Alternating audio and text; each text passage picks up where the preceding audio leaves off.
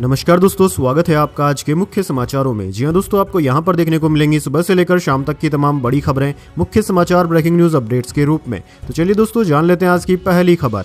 UP में SIR की date 1 महीने आगे बढ़ाई गई। अब 6 मार्च तक नाम जुड़वा पाएंगे। फाइनल लिस्ट 10 अप्रैल को आएगी। जी हां दोस्तों, चुनाव आयोग ने यूपी एसआईआर प्रक्रिया की समय सीमा बढ़ा दी है। अब जिन लोगों को दावा या फिर आपत्ति दर्ज करानी है उन्हें 1 महीने का समय और मिलेगा। नई तारीख के अनुसार अब लोग 6 मार्च तक अपने दावे और आपत्तियां दर्ज करा सकेंगे। फाइनल लिस्ट 10 अप्रैल को जारी होगी। इसकी जानकारी यूपी मुख्य निर्वाचन अधिकारी नवदीप रिडवा ने लखनऊ लोक भवन में प्रेस कॉन्फ्रेंस करके दी। चलिए दोस्तों, आगे बढ़ते हैं। नारेबाजी के बाद लोकसभा सोमवार तक के लिए हुई स्थगित। केंद्रीय मंत्री बिट्टू बोले, राहुल गांधी प्रधानमंत्री की पाठशाला जाएं तो कामयाब होंगे। राहुल गांधी ने उन्हें गद्दार कहा था। जी हां दोस्तों, संसद में शुक्रवार को भी लोकसभा में हंगामा और नारेबाजी हुई। पहली बार 3 मिनट और दूसरी बार 7 मिनट तक ही कार्यवाही चल सकी। इसके बाद लोकसभा 9 फरवरी तक के लिए स्थगित कर दी गई। राज्यसभा को भी सोमवार तक के लिए स्थगित कर दिया गया है। वहीं दोस्तों, केंद्रीय मंत्री रवनीत बिट्टू ने राहुल गांधी पर तंज कसते हुए कहा कि उन्हें कल सबने बालक कहा। आज प्रधानमंत्री की पाठशाला थी जिसमें बच्चों को कामयाब होना बताया गया। अगर राहुल भी प्रधानमंत्री की पाठशाला में चले जाएं तो जिंदगी में कामयाब हो जाएंगे। दरअसल दोस्तों, गुरुवार को लोकसभा और राज्यसभा में राष्ट्रपति के अभिभाषण पर धन्यवाद प्रस्ताव हंगामे के बीच पास कर दिया गया। चलिए दोस्तों, जान लेते हैं अगली खबर। पाकिस्तानी प्रधानमंत्री बोले, कश्मीर पाकिस्तान का हिस्सा बनेगा। कश्मीरियों के साथ मजबूती से खड़े हैं। यह इलाका पाकिस्तान की लाइफलाइन है। जी हां दोस्तों, पाकिस्तान के प्रधानमंत्री शहबाज शरीफ ने गुरुवार को पीओके में कश्मीर को लेकर एक बार फिर विवादित बयान दिया। मुजफ्फराबाद में विधानसभा को संबोधित करते हुए उन्होंने कहा कि कश्मीर पाकिस्तान का हिस्सा बनेगा। शहबाज शरीफ ने कहा कि पाकिस्तान कश्मीरियों के साथ मजबूती से खड़ा है और जम्मू कश्मीर विवाद का हल कश्मीर के लोगों की इच्छा के मुताबिक ही होना चाहिए। शहबाज ने कहा कि जम्मू कश्मीर विवाद का समाधान संयुक्त राष्ट्र सुरक्षा परिषद के प्रस्तावों को लागू करने से ही हो सकता है। चलिए दोस्तों, जान लेते हैं अगली खबर। क्रिकेटर रिंकू सिंह का फेसबुक अकाउंट हो गया हैक। हैकर्स ने आईडी बदली। मोनेटाइजेशन से आने वाले पैसे भी हड़पे। अलीगढ़ में एफआईआर हुई दर्ज। जी हां दोस्तों, क्रिकेटर रिंकू सिंह की फेसबुक आईडी हैक हो गई है। साइबर ठगों ने रिंकू के फेसबुक की ईमेल आईडी बदलकर उससे होने वाली कमाई अपने खाते में ट्रांसफर कर ली। रिंकू के भाई सोनू की शिकायत के बाद मामले में साइबर क्राइम थाने में केस दर्ज किया गया है। सोनू ने शिकायत में कहा कि रिंकू के फेसबुक पर 16 लाख फॉलोअर्स हैं। वे काफी समय से अंतर्राष्ट्रीय क्रिकेट मैच और T20 वर्ल्ड कप की तैयारियों में व्यस्त है। इस वजह से सोशल मीडिया अकाउंट पर ध्यान नहीं दे पा रहे थे। सोनू ने बताया कि रिंकू ने 4 फरवरी को मुंबई से अपना फेसबुक अकाउंट लॉग इन किया। काफी कोशिशों के बाद भी आईडी नहीं खुली। पासवर्ड गलत बता रहा था। बाद में पता चला कि उसकी ईमेल आईडी ही बदल गई है। उसका फेसबुक किसी और हैकर ने लॉगिन किया हुआ है और वह मोनेटाइजेशन यानी कि फेसबुक से होने वाली कमाई का भी लाभ उठा रहा है। चलिए दोस्तों, जान लेते हैं अगली खबर। तिरुपति लड्डू में बाथरूम क्लीनर से बना घी होता था उपयोग। सीएम के दावे से मच गई खलबली। जी हां दोस्तों, आंध्र प्रदेश के मुख्यमंत्री एन चंद्रबाबू नायडू के दावे ने देश भर के लोगों के होश उड़ा दिए हैं। उन्होंने शुक्रवार को दावा किया कि पिछली वाईएसआर कांग्रेस पार्टी सरकार के कार्यालय के दौरान तिरुपति लड्डू बाथरूम साफ करने वाले केमिकल से बने घी से तैयार किया जाता था। उन्होंने वाईएसआरसीपी पर प्रसाद में मिलावट करके श्री वेंकटेश्वर स्वामी मंदिर की पवित्रता को खराब करने की कोशिश करने का आरोप लगाया। मुख्यमंत्री ने कहा कि 5 साल तक उन्होंने केमिकल से बने घी से प्रसाद बनाया। यह घी बाथरूम साफ करने वाले केमिकल से बनाया गया था। चलिए दोस्तों, जान लेते हैं अगली खबर। रेपो रेट में बदलाव नहीं, लोन महंगा नहीं होगा। आरबीआई ने ब्याज दर 5.25% पर बरकरार रखी। 2025 में 4 बार में 1.25% की कटौती की। जी हां दोस्तों, इस बार रेपो रेट में बदलाव नहीं किया गया है। इसे 5.25% पर बरकरार रखा गया है। यानी कि लोन महंगे नहीं होंगे और आपकी ईएमआई भी नहीं बढ़ेगी। आरबीआई गवर्नर संजय मल्होत्रा ने आज 6 फरवरी को मॉनेटरी पॉलिसी कमेटी की मीटिंग में लिए फैसलों की जानकारी दी। दोस्तों, आपकी जानकारी के लिए बता दें, रिजर्व बैंक ऑफ इंडिया यानी कि आरबीआई ने दिसंबर में ब्याज दर 0.25% घटाकर 5.25% की थी। आरबीआई जिस रेट पर बैंकों को लोन देता है उसे रेपो रेट कहा जाता है। जब आरबीआई रेपो रेट घटाता है तो बैंकों को सस्ता कर्ज मिलता है और वे इस फायदे को ग्राहक तक जरूर पहुंचाते हैं। चलिए दोस्तों, जान लेते हैं अगली खबर। अमेरिकी नागरिकों को तुरंत ईरान छोड़ने की चेतावनी। वर्चुअल एम्बेसी बोली, मदद का इंतजार न करें, खुद निकले। ओमान में परमाणु मुद्दे पर आज बातचीत। जी हां दोस्तों, अमेरिका ने ईरान में रह रहे अपने नागरिकों को तुरंत देश छोड़ने की सख्त चेतावनी दी है। वर्चुअल अमेरिकी दूतावास ने कहा कि देश में सुरक्षा की स्थिति बेहद खराब हो गई है। बढ़ती अशांति, पाबंदियां और यात्रा में रुकावटें लोगों की सुरक्षा के लिए गंभीर खतरा बन रही हैं। एम्बेसी ने साफ किया कि जल्द से जल्द ईरान छोड़ दें, अपने निकलने का प्लान खुद बनाएं और इसमें अमेरिकी सरकार की मदद पर भरोसा न करें। मौजूदा हालत में आधिकारिक सहायता बेहद सीमित है। ईरान में देशव्यापी विरोध प्रदर्शन और अशांति के कारण सुरक्षा व्यवस्था सख्त हो गई है। सड़कें बंद है, सार्वजनिक परिवहन ठप है, इंटरनेट और मोबाइल लैंडलाइन सेवाएं बार बार बाधित हो रही है। है। कई एयरलाइंस ने ईरान आने जाने वाली उड़ानों को सीमित या फिर रद्द कर दिया है, जिससे बाहर निकलना और भी मुश्किल हो गया है। चलिए दोस्तों, जान लेते हैं अगली खबर। किसानों का 25 करोड़ डकार गए सरकारी बाबू, 22 पटवारी और 5 तहसील कर्मचारी हुए गिरफ्तार। दरअसल दोस्तों, महाराष्ट्र के जालना जिले से भ्रष्टाचार की एक ऐसी खबर सामने आई है जिसने पूरे राज्य को झकझोर कर रख दिया है। महाराष्ट्र के जालना आर्थिक अपराध शाखा ने बड़ी कार्रवाई करते हुए 25 करोड़ रुपए के अतिवृष्टि अनुदान यानी कि हेवी रेन सब्सिडी घोटाले में 31 लोगों को गिरफ्तार किया है। सबसे शर्मनाक बात यह है कि जिन अधिकारियों पर किसानों तक राहत पहुंचाने की जिम्मेदारी थी, उन्होंने ही फर्जी किसान बनकर सरकारी खजाने पर डाका डाल लिया। यानी कि दोस्तों, जो मदद गरीब किसानों को अतिवृष्टि की वजह से मिलने वाली थी, उस पूरी की पूरी मदद को अधिकारियों ने ही हड़प लिया। यानी कि गरीब किसानों के हाथों में कुछ भी नहीं पहुंचा, खुद अधिकारी ही गरीब किसान बन गए थे और पूरे के पूरे सरकारी खजाने को हड़प लिया। चलिए दोस्तों, जान लेते हैं अगली खबर। चांदी 2 दिन में 41,000 रुपए सस्ती हुई, कीमत 2.41 लाख रुपए प्रति किलोग्राम पर आई। सोना 1,000 रुपए कम होकर 1.51 लाख पर आया। 2 दिन में 6,669 रुपए गिरा।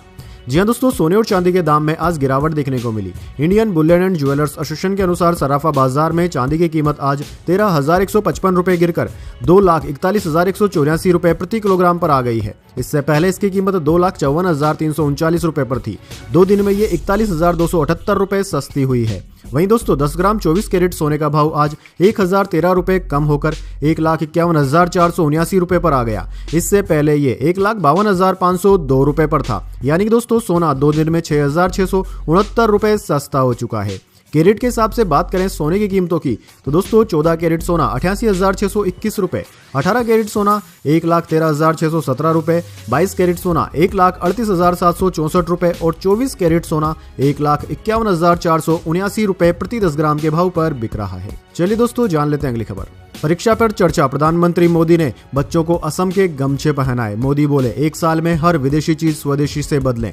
दोस्तों, प्रधानमंत्री नरेंद्र मोदी ने आज परीक्षा पर चर्चा के 9वें एडिशन में देश भर से आए बच्चों से मुलाकात की। दिल्ली स्थित प्रधानमंत्री आवास पर मोदी ने पहले बच्चों को असम के गमछे पहनाए और फिर उनके सवालों के जवाब दिए। पहले एपिसोड में मोदी ने बच्चों को विदेशी चीजें छोड़कर स्वदेशी चीजें अपनाने की सलाह दी। साथ ही बच्चों से कहा कि वो 25 साल में विकसित भारत बनाने को अपना सपना बनाएं। चलिए दोस्तों, जान लेते हैं अगली खबर। चुनाव से पहले बांग्लादेश में गृह युद्ध जैसे हालात, मोहम्मद यूनिस के घर पर हमला, लाठीचार्ज में 50 से ज्यादा लोग घायल। जी हाँ दोस्तों, भारत के पड़ोसी देश बांग्लादेश में जारी हिंसा थमने का नाम ही नहीं ले रही है। बांग्लादेश में आम चुनाव के ऐलान के बाद भी गृह युद्ध जैसे हालात बने हुए हैं। 9वें राष्ट्रीय वेतन मान को तुरंत लागू करने की मांग को लेकर मुख्य सलाहकार मोहम्मद यूनिस के आधिकारिक आवास जमुना के पास बड़ी संख्या में विरोध प्रदर्शन किया जा रहा है। प्रदर्शनकारियों को हटाकर बैरिकेडिंग लगाए गए। इस दौरान सुरक्षा बलों ने वाटर कैनन और साउंड ग्रेनेड का इस्तेमाल किया। प्रदर्शनकारियों ने मोहम्मद यूनिस के घर पर धावा बोल दिया था। स्थिति को नियंत्रित करने के लिए पुलिस को लाठीचार्ज करना पड़ा। इस दौरान 50 से ज्यादा लोग घायल हो गए हैं। चलिए दोस्तों, जान लेते हैं अगली खबर। हिमाचल प्रदेश के 14 जिलों में तापमान 5 डिग्री से नीचे, यूपी और एमपी में घना कोहरा। 3 दिन बाद पहाड़ों पर बर्फबारी के हैं आसार। दरअसल दोस्तों, हिमाचल प्रदेश के 14 शहरों में रात का तापमान 5 डिग्री सेल्सियस या इससे नीचे रिकॉर्ड किया गया है। मैदानी इलाकों में घने कोहरे की चेतावनी दी गई है। मौसम विभाग के अनुसार हमीरपुर, बिलासपुर, कांगड़ा और मंडी के निचले इलाकों में कोहरा रहेगा। वहीं दोस्तों, उत्तर प्रदेश के 11 और मध्य प्रदेश के 30 जिलों में घना कोहरा छाया रहा। एमपी में बीते 24 घंटे में ग्वालियर समेत 8 शहरों में पारा 10 डिग्री से नीचे रहा। उत्तराखंड में भी घने कोहरे की चेतावनी दी गई है। मौसम विज्ञान विभाग के अनुसार पहाड़ी राज्यों में 9 फरवरी से बर्फबारी हो सकती है। उत्तराखंड में 300 मीटर या उससे ज्यादा ऊंचाई वाले कुछ इलाकों में बारिश या फिर बर्फबारी के आसार हैं। हिमाचल प्रदेश में वेस्टर्न डिस्टर्बेंस एक्टिव होने से 10 और 11 फरवरी को ज्यादातर हिस्सों में अच्छी खासी बारिश के साथ बर्फबारी होगी। चलिए दोस्तों, जान लेते हैं अगली खबर। मेघालय में अवैध कोयला खदान में धमाका, 18 की मौत, कई मजदूरों के फंसे होने की है आशंका, 2 आरोपी हुए गिरफ्तार।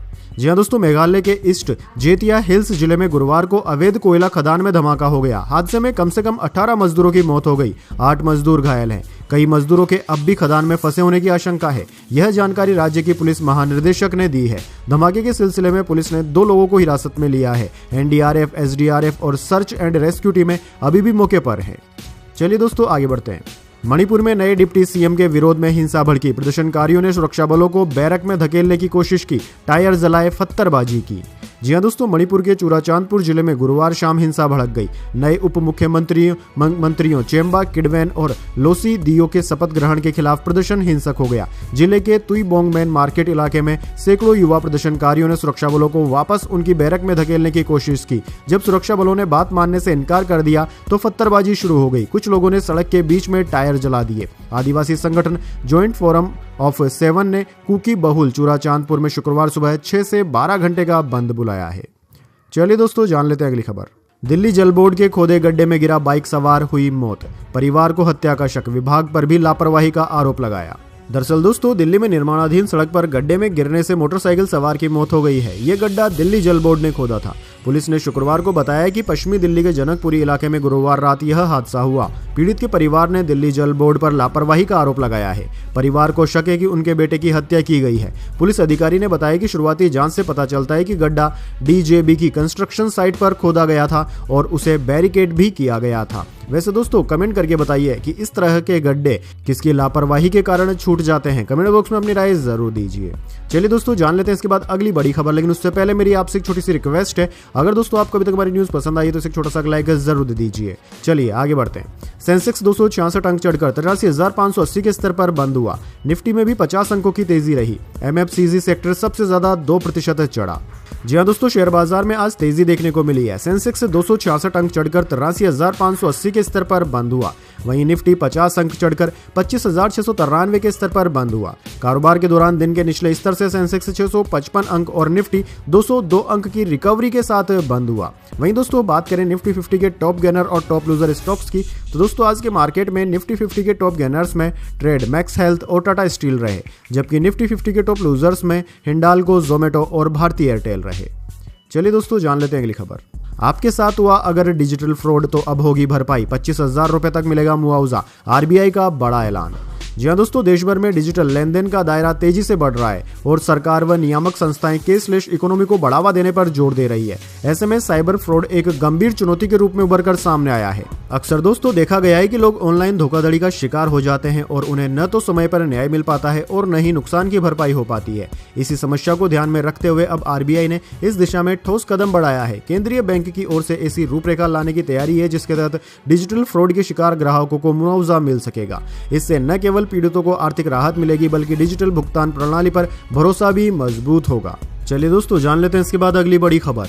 बेंगलुरु ने दूसरी बार विमेंस प्रीमियर लीग जीता। दिल्ली लगातार चौथा फाइनल हारी। मंधाना ने 87, जॉर्जिया ने 79 रन बनाए।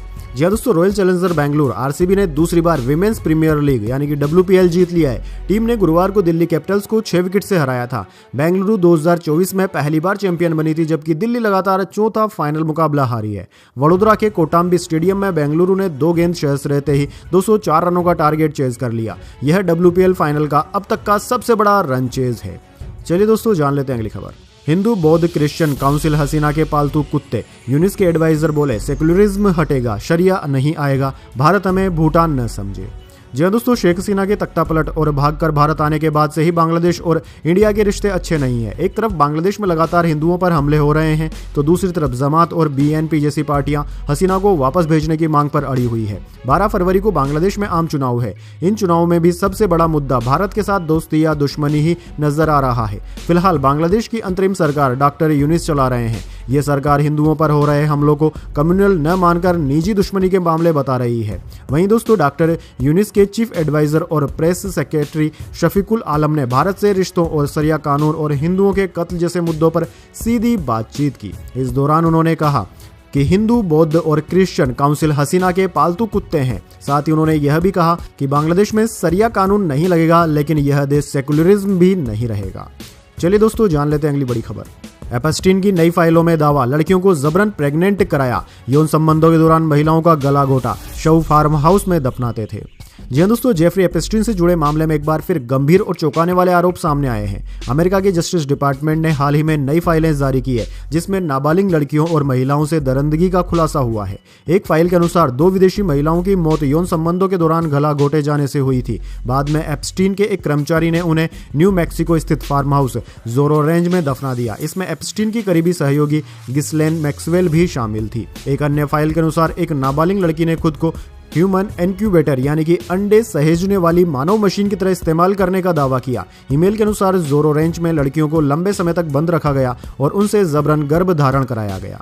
इसके बाद बच्चे पैदा कराए गए और जन्म के बाद ये बच्चे गायब हो गए। एक महिला ने आत्महत्या की कोशिश भी की थी। नई फाइलों में यह बात भी सामने आई है कि एप्स्टीन से जुड़े कुछ सौदे पारंपरिक बैंकिंग सिस्टम के बजाय बिटकॉइन जैसे क्रिप्टो करेंसी माध्यमों के द्वारा किए जाते थे। चलिए दोस्तों, जान लेते हैं अगली खबर। पंजाब में आम आदमी पार्टी नेता की गोली मारकर हत्या। जालंधर में गुरुद्वारे के बाहर हमला, सिर सीने में 6 गोलियां मारी। गैंगस्टर जोंगा फोल्डीवाल ने जिम्मेदारी ली।